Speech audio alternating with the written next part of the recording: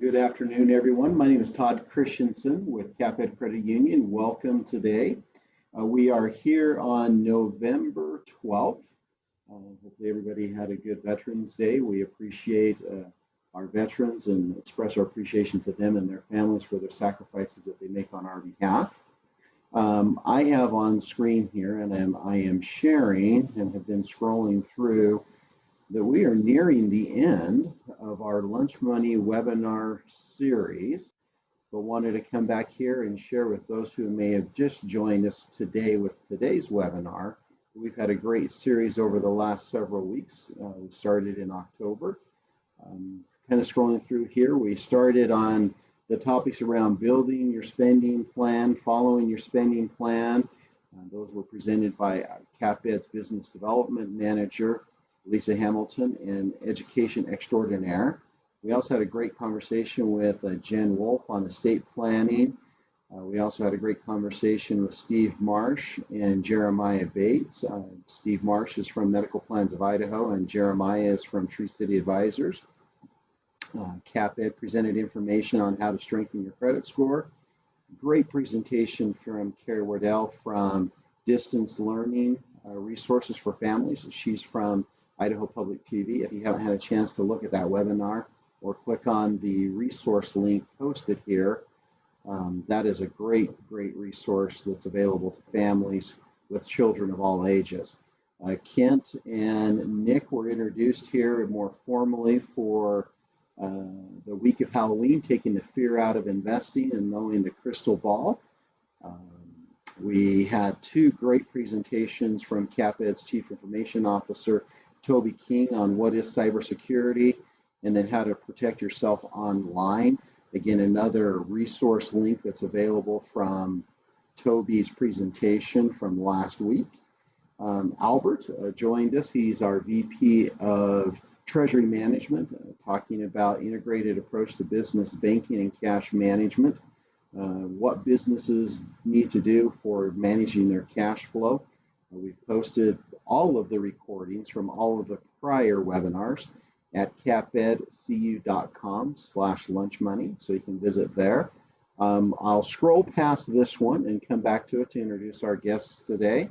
To let everybody know, we have another and our final webinar coming up on Tuesday, November 17th, and that will be with Casey Taylor. He is CapEd's VP of Commercial Lending, and he'll touch base on what businesses need to know about applying for a commercial loan, what takes place in an application, what information is needed, and what's typically viewed not only by a credit union, but by banks and other FIs or financial institutions on how to secure financing for your business. Without further ado, we are joined today by Kent Owings and Nick Daniels. They are financial advisors with Tree City Advisors. Let me go ahead and stop sharing here, and they will come up on screen. Good afternoon, Nick and Kent. How are you guys doing this afternoon? Doing great, Todd. How are you? Doing great. It's a little cold. It's a little snowy in the mountains, but I guess we're going to have an opportunity to snow ski much more this year. And hopefully Mr. Brian Wiley's knee's doing well, and he'll be able to get up on the slopes this year. I think he's got himself ready. I've been talking with him about it. He's pretty excited for the season. Yep. Well, with that, let me turn it over to Nick and to Kent. They're going to touch base on debt reduction, thoughts and processes, the scary topic about taxes, and a few other items. So welcome, Nick and Kent, and I'll turn it over to you. Perfect. Thanks, Todd. Thank you. Yes. So first, taxes. You know, I know. Two guarantees in life, right? Death and taxes. Yeah. It's going to happen. And I like my roads. I love the green belt I'm looking at right here. I love our school system. I love our teachers. Absolutely. First responders. Yes. First responders. Love those guys. Taxes are good. There's a lot of good things that come from taxes. But there's some really strategic things that you can do taxes, because I'm also very with people and not paying more than you have to, right? Being strategic and making sure you're paying the appropriate amount with taxes as well. just to start out, a lot of people are confused on the tax system and how it works. So I want to cover a really high level basis on the progressive tax system that we are in the United States.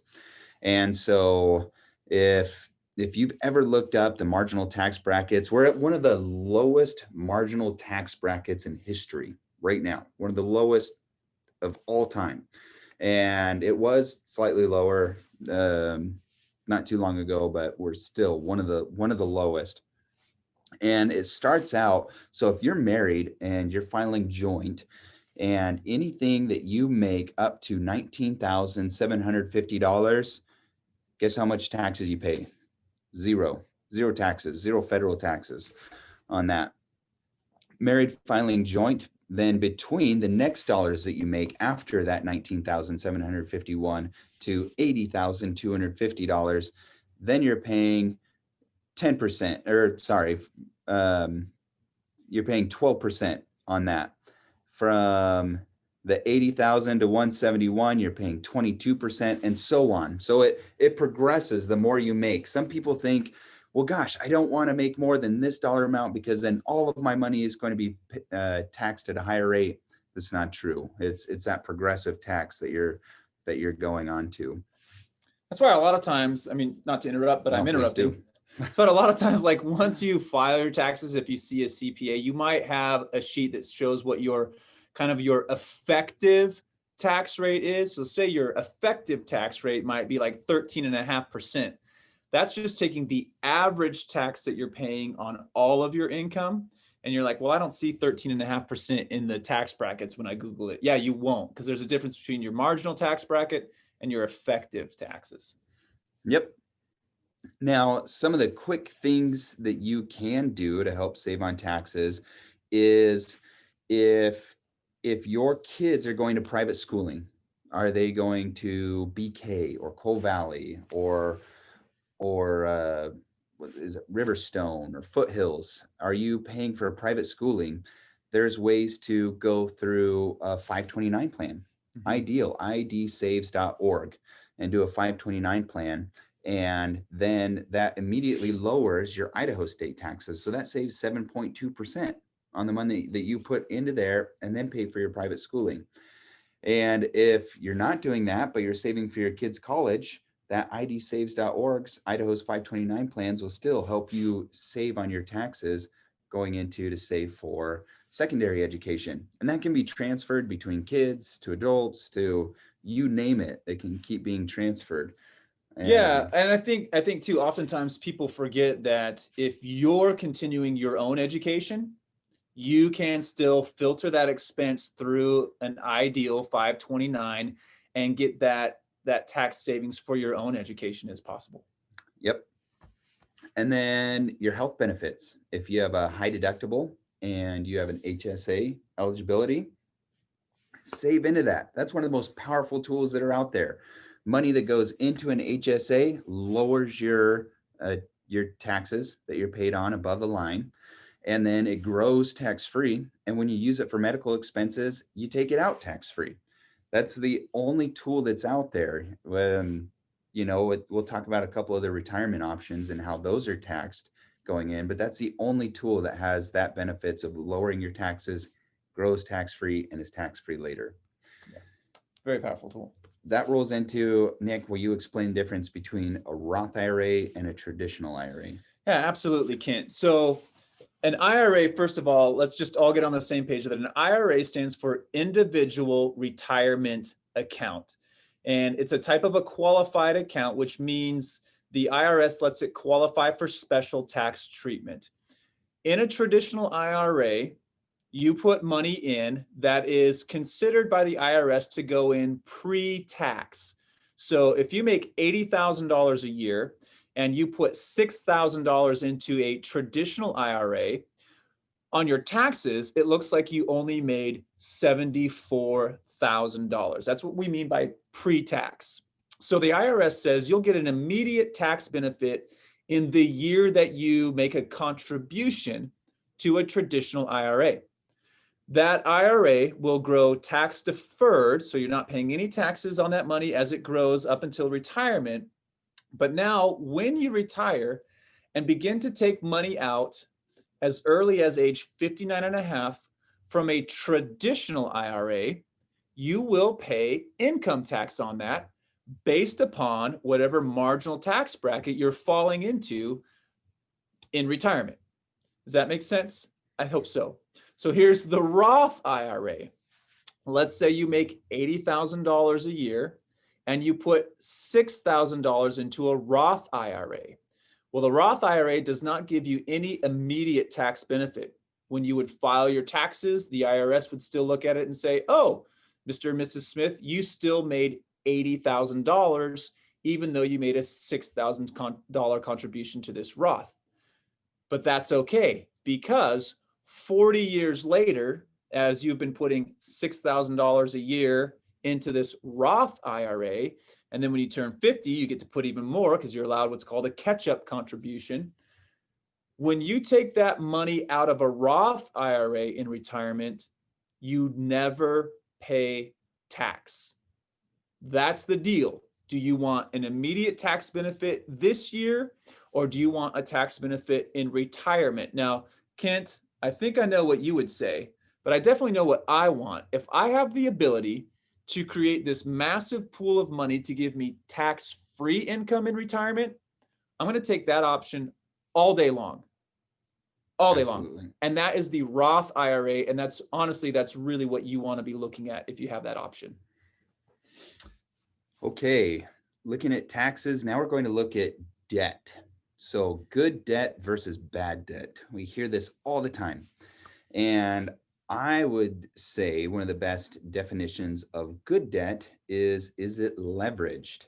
And with student loans, some student loans are leveraged well, some student loans are not leveraged well. And I would always have the end in mind first. And so when you're doing college planning for yourself or for your kids, it's okay, what career path are they looking to get into? What job are you looking to get into? What kind of education do you need to get to receive it? And what kind of scholarships are you able to receive as well? And what kind of debt will you have coming out of it? And what's your break even? Because really, if you run your life like it's its own business, there will be an investment into having a better income potential moving on. And then what's that break even? When are you going to be able to pay off all those student loans? I see a big problem with master's and doctorate degrees moving forward that, okay, if that's something that you really want to do because you're passionate about it and you want additional education, that's great.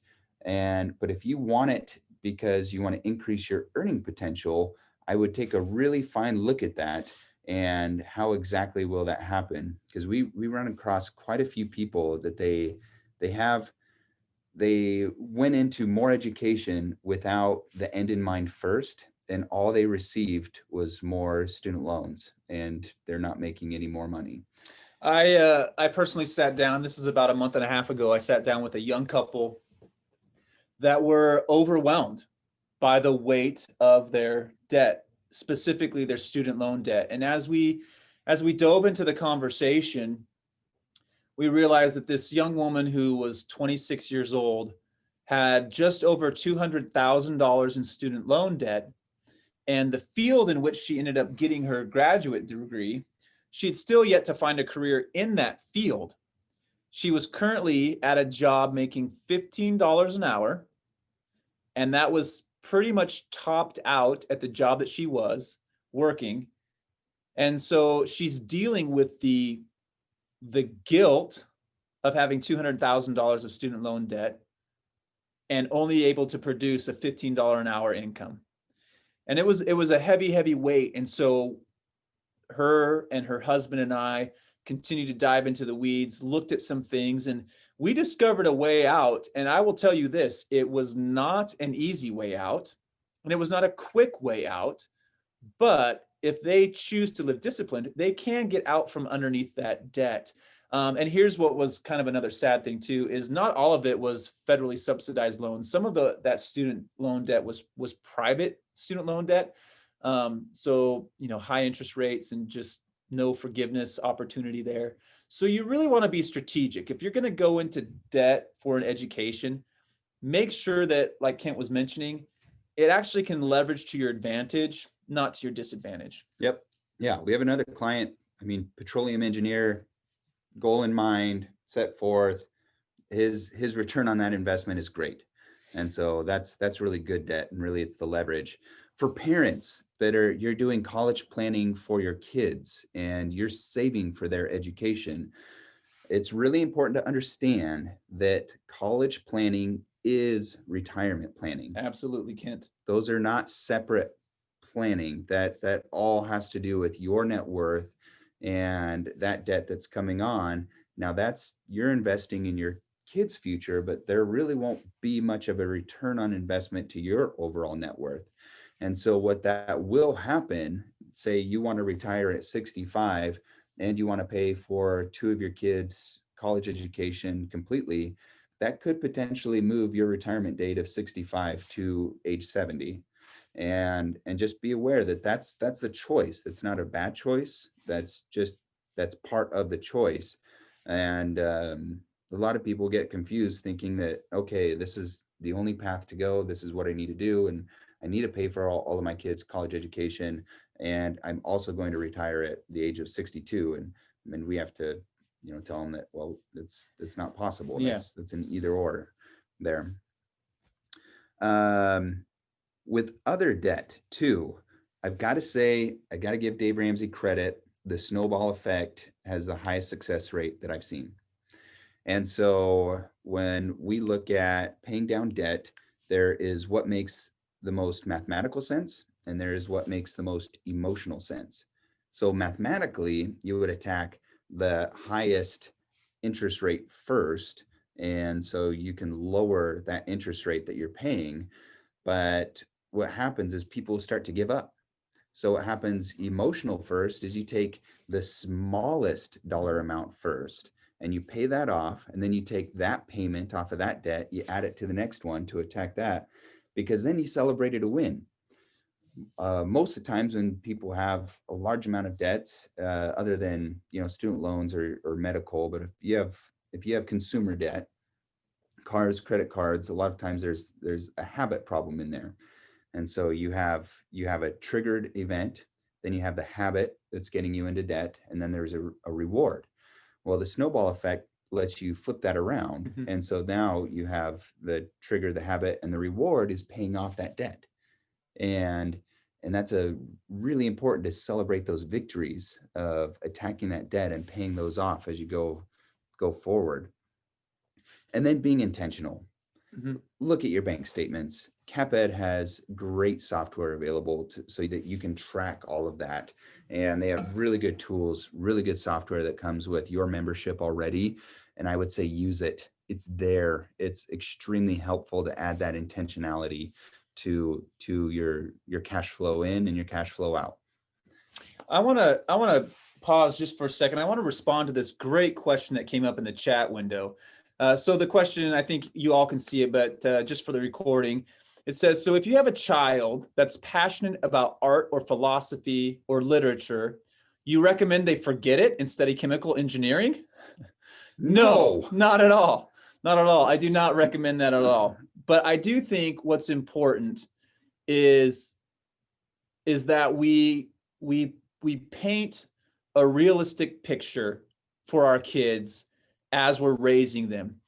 It's important to feed those desires that they have that are healthy. It's important to feed because each kid is wired differently. I have a daughter who's all into horses. Are my two sons into horses? Absolutely not. One loves mountain biking, one loves video gaming, and just spent a bunch of money to build a custom PC. Do I think that was a smart investment? No, but I'm allowing his passion to be expressed because so far these are all healthy means of expressing their passion. What I do think it's important to convey to kids is that every choice is going to result with either more options or less options to them. So if someone is passionate about art, philosophy, literature, and they want to make that a career, that is awesome. They could have a very satisfying, fulfilling career. in that field, I would just say there's not as many opportunities within that field to become independently wealthy as there are in other fields. So it's just painting a realistic picture. Some of the passions that our children have can be lifelong passions that don't necessarily have to be their career choice either. And that's important to make that distinction. For instance, I'll just take my son who's into mountain biking. The amount of professional mountain bikers in the world that actually make their career out of that passion is very, very small. Now, can he choose another career that will be satisfying while still mountain biking his entire life? Absolutely. I think it's just really important for us as parents to create realistic pictures of what their future could look like, and then give them avenues to pursue those passions, whether that is as a career or as a passion on the side. Yeah. And that's why I frame that conversation, that if that's what your goal and you're passionate and that's just what you want to do with life, then great.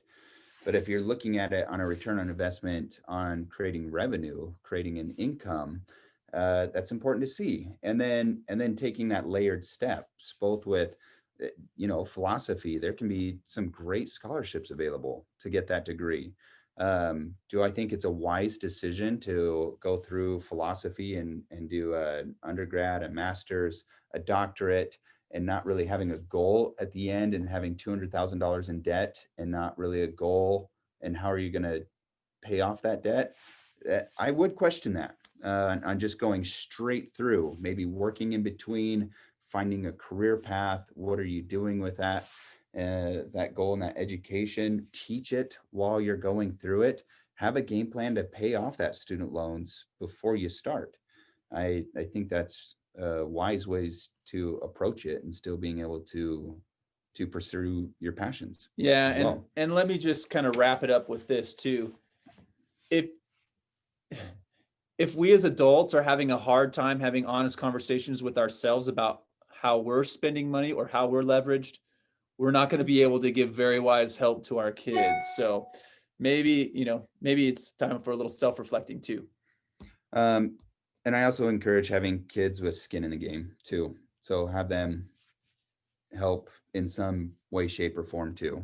I've seen great success with that, working with clients there.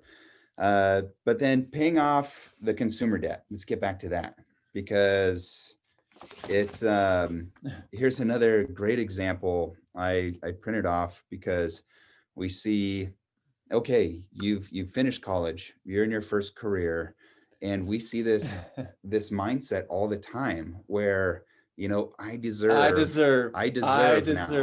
I've finished this, and now I deserve, something. A lot of times it's a car. We see a car payment of around $400 on these young adults just newly into the professional career, and now they get stuck in this cycle of this $400 a month car payment for the rest of their life. Yeah, very, very common. So this 25-year-old's paying $400 a month, and they're paying it over the next 40 years, entering into retirement. And at that time, how much is their car worth?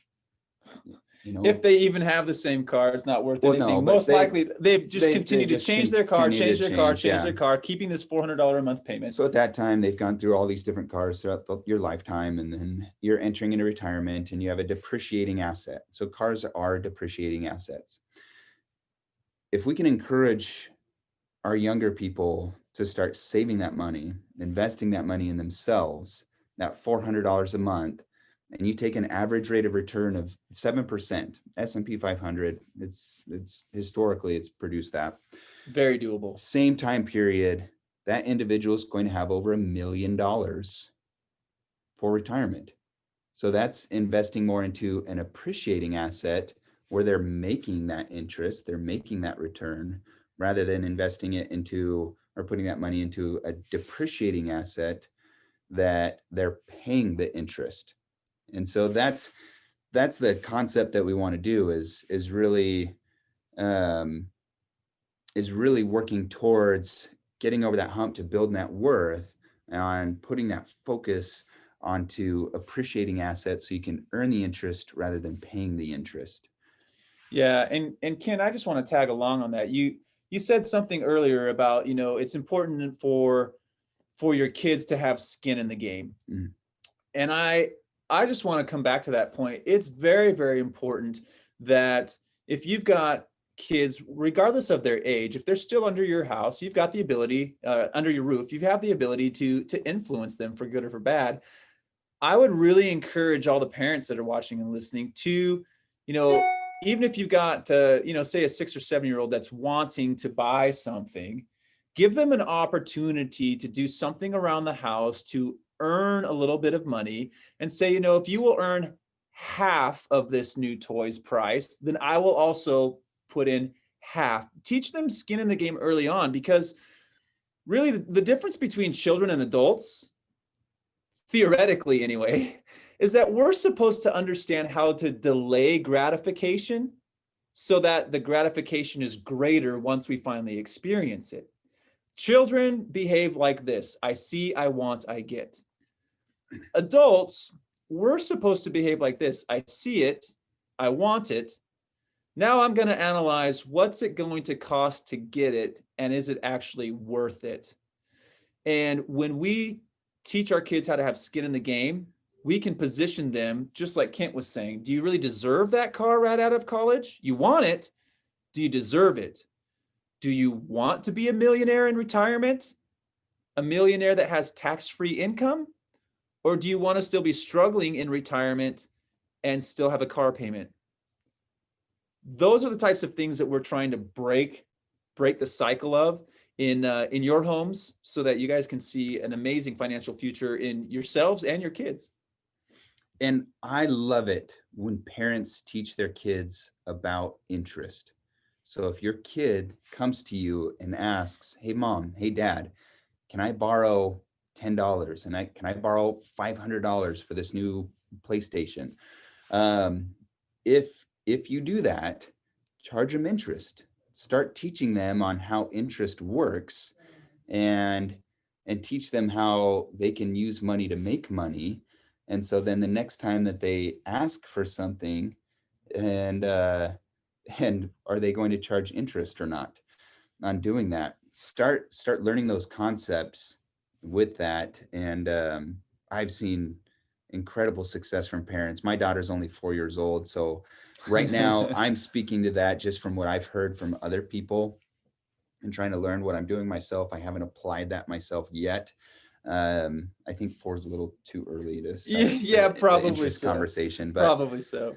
But those are, because spending and saving are habits. Mm-hmm.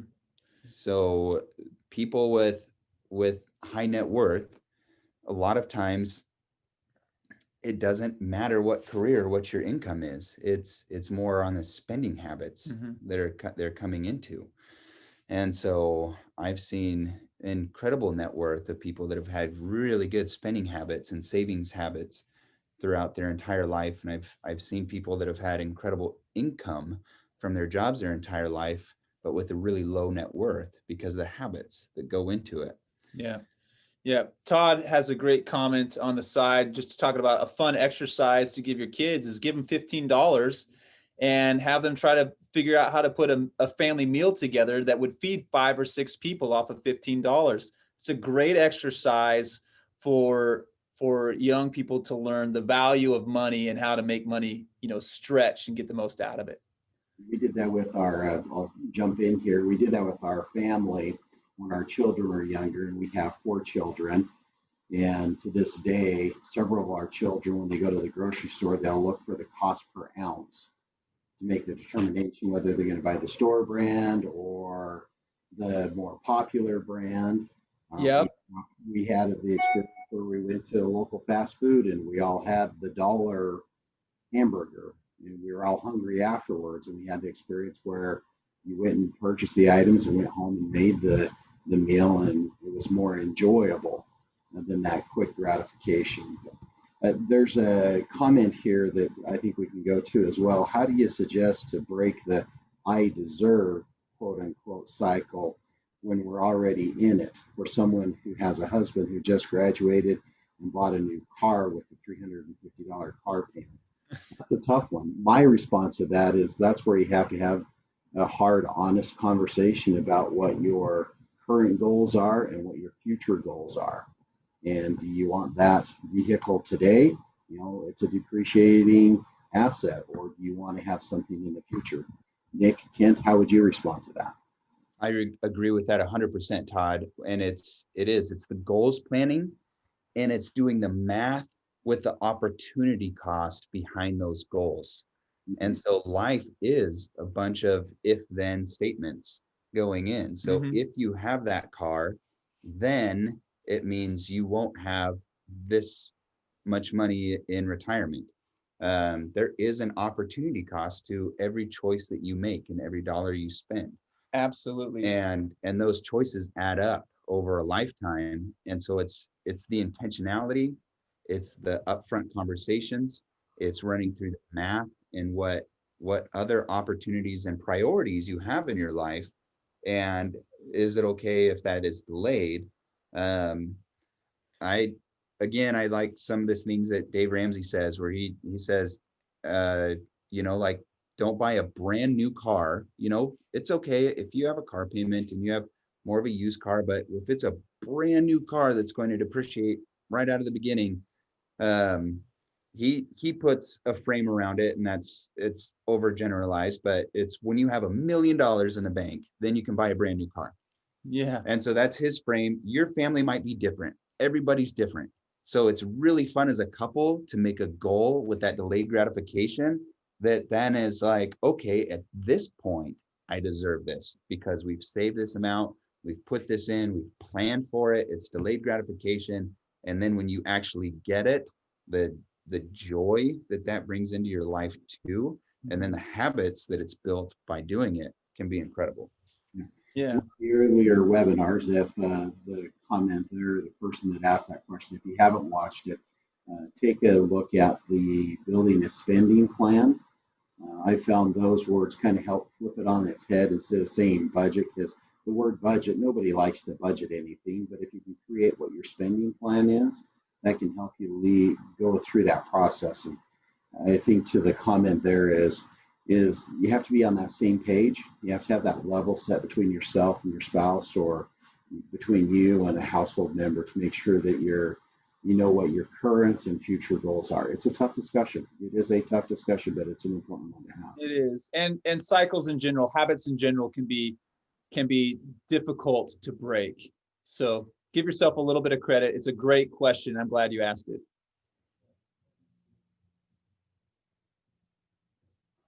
Are there any other questions? I think we have several people that are in the chat there. If you haven't opened up your chat function, you can do that on the bottom of your screen, and then just open up the chat and then ask your question.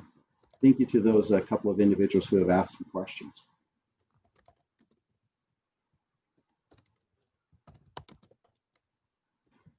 Nick and Kent, you both referenced some of the resources that are available through CapEd.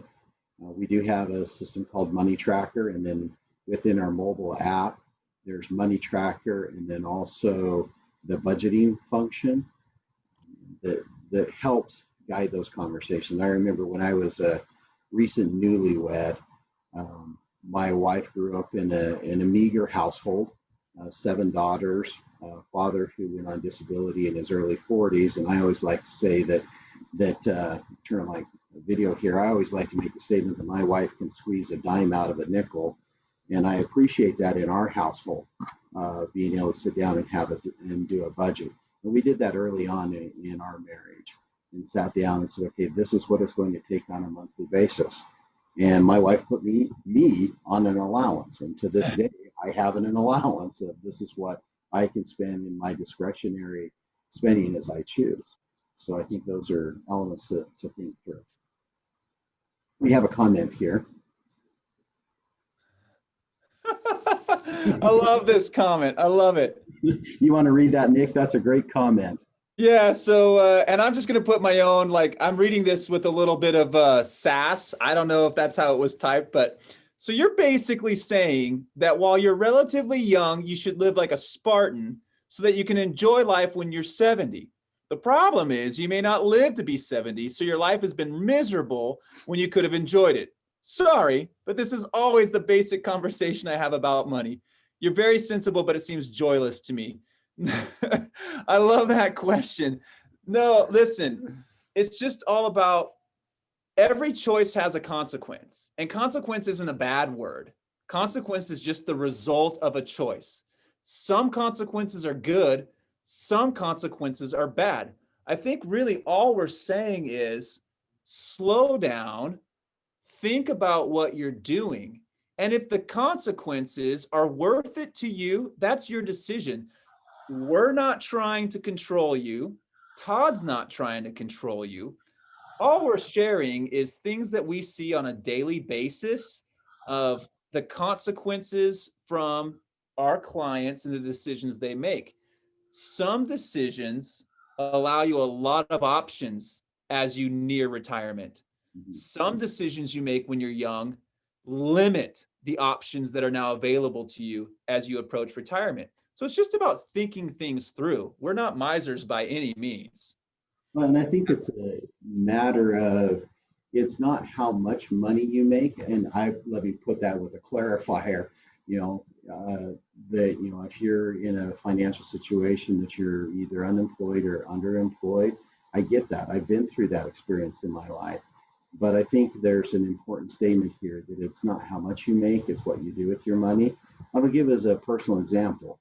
I reference being unemployed for a period of my life. My wife and I have always enjoyed having a Friday night date night.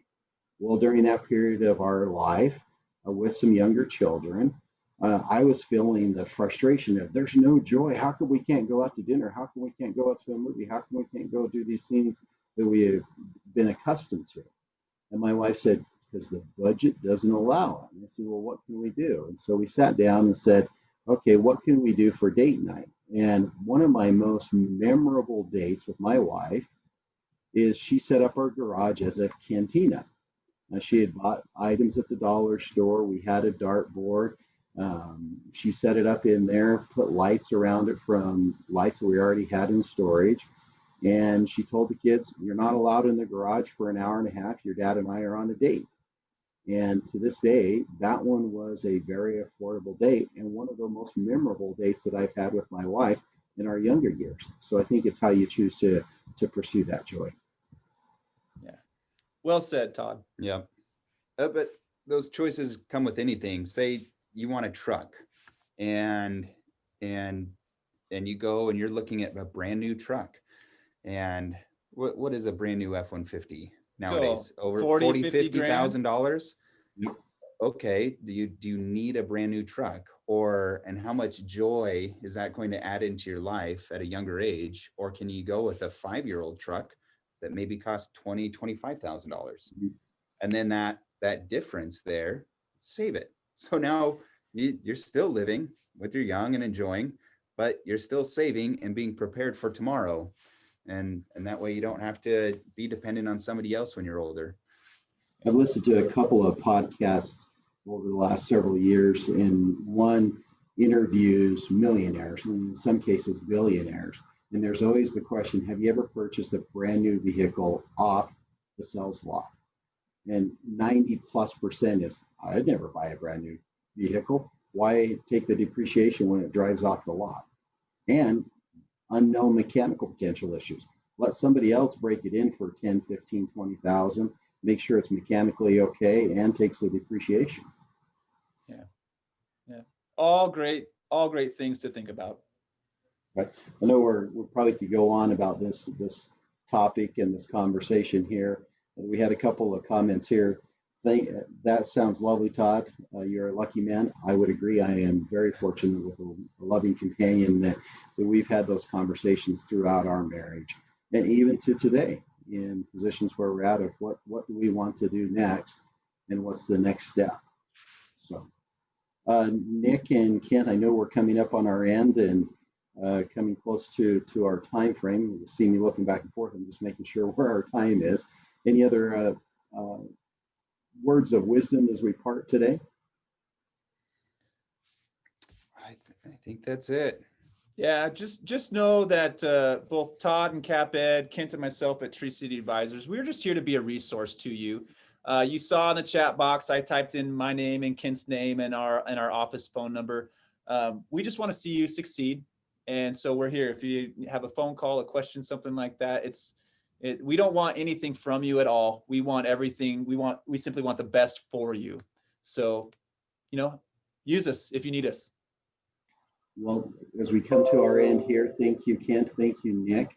Reiteration of our appreciation for all those who have joined us today. And make the same statement for what Nick has shared. CapEd is here, and as part of our mission statement is the financial well-being and empowerment of individuals. We are caring and concerned about that. If those who are listening here today are in financial challenges or struggling, please do reach out to us. We know that we're in a moment of a pandemic and that pandemic can have a financial impact on your household. So do reach out to us. You can visit us on our website at capedcu.com. You can see all of the information that we've presented throughout the webinar series at capedcu.com/lunchmoney. You'll see all of the links in connection to Tree City Advisors and our other presenters.